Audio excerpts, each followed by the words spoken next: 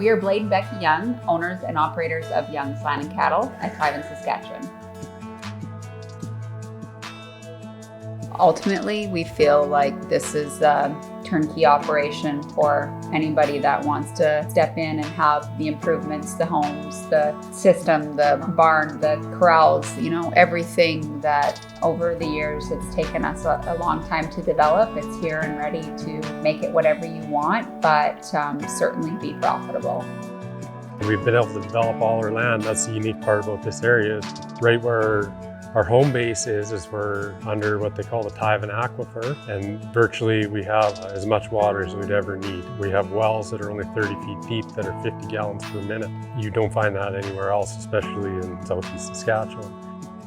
There is potential for intensive livestock, but further to that, there's potential for irrigation. The water is there and we've proven it, and that is probably the biggest asset of this immediate area that we're in. Even where we don't have groundwater like that, we do get enough snow generally that we have developed water on virtually every quarter. So we have good sized dugouts with seep wells on them, so that if we grow a crop in this area, we want to graze cows in the wintertime, we can take unlimited number of head to just about any one of our pieces of land and graze it.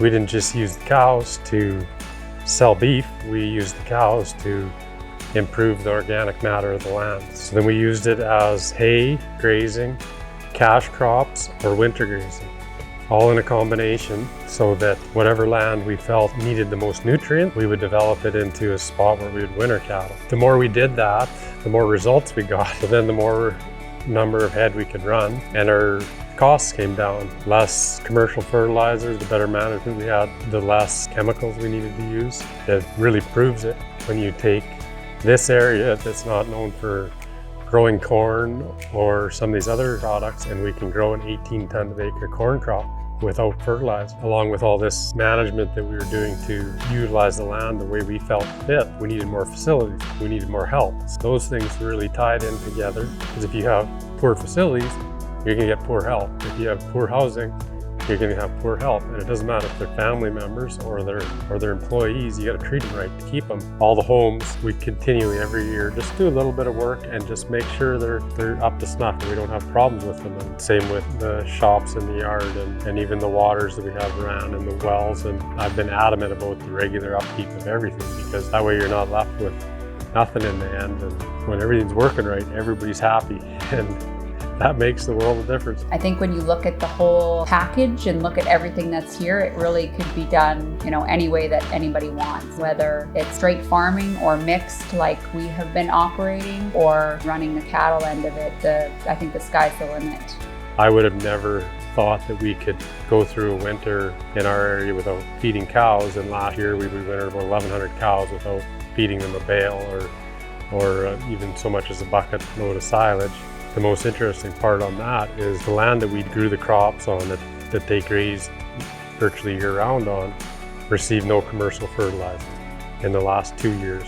Basically, it grew crops from the nutrients that we had been banking in the soil.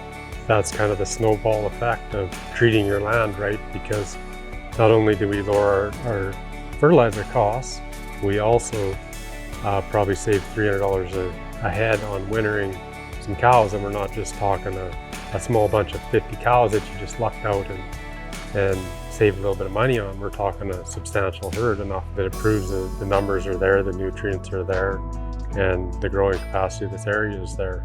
At the end of the day, when you treat the land right, it definitely treats you right.